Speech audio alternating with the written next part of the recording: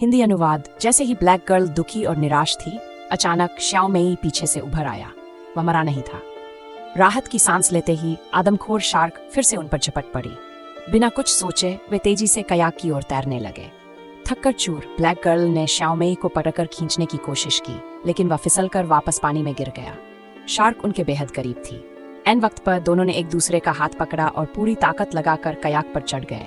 ठीक उसी पल जब शार्क के जबड़े उनके पीछे बंद हुए, लेकिन शार्क ने हार नहीं मानी। जब वे सांस लेने की कोशिश कर रहे थे, तभी शार्क ने पूरी ताकत से कयाक पर टक्कर मारी, जिससे वे फिर से पानी में गिर पड़े। अब पहले से सतर्क, वे सतह पर तैरते हुए अपनी पीठें आपस में सटाकर चारों ओर नजरें गड़ाए हुए थे। लेकिन उनका सबसे बड़ा डर सच हो गया। ब्लैक गर्ल को शार्क ने अचानक पानी के नीचे खींच लिया। ऐसा लग रहा था जैसे उसका अंत निश्चित था। इसी मौके का फायदा उठाकर श्याओ मेई बिना पीछे देखे कयाक की ओर तैरने लगा।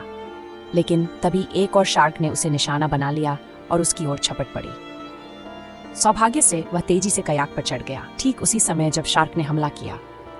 थोड़ी ताकत पाकर चट्टानों की ओर पैडलिंग शुरू कर दी, लेकिन आदमखोर शार्क उसे आसानी से जाने देने के मूड में नहीं थी। उसने बार बार कयाक पर हमला किया, जिससे श्याओ मेई को गिरने से बचने के लिए कसकर पकड़ना पड़ा। जब ये भी नाकाम रहा तो गुस्साई शार्क ने कयाक को काट डाला, जिससे वह डूबने लगा। खतरे को भांपते हुए श्याओ मेई ने पूरी ताकत से तैरकर चट्टानों तक पहुंचने की कोशिश की। जैसे ही वह करीब पहुंचा, 3 शार्क पूरी रफ्तार से उसकी ओर झपट पड़ी। आखिरी पल में श्याओ मेई ने तुरंत एक फैसला लिया। अगले सीन के लिए सब्सक्राइब करें। क्या श्याओ मेई और कुइहुआ जिंदा बच पाएंगे? शार्क का अगला हमला कितना भयानक होगा? जानने के लिए जुड़े रहें।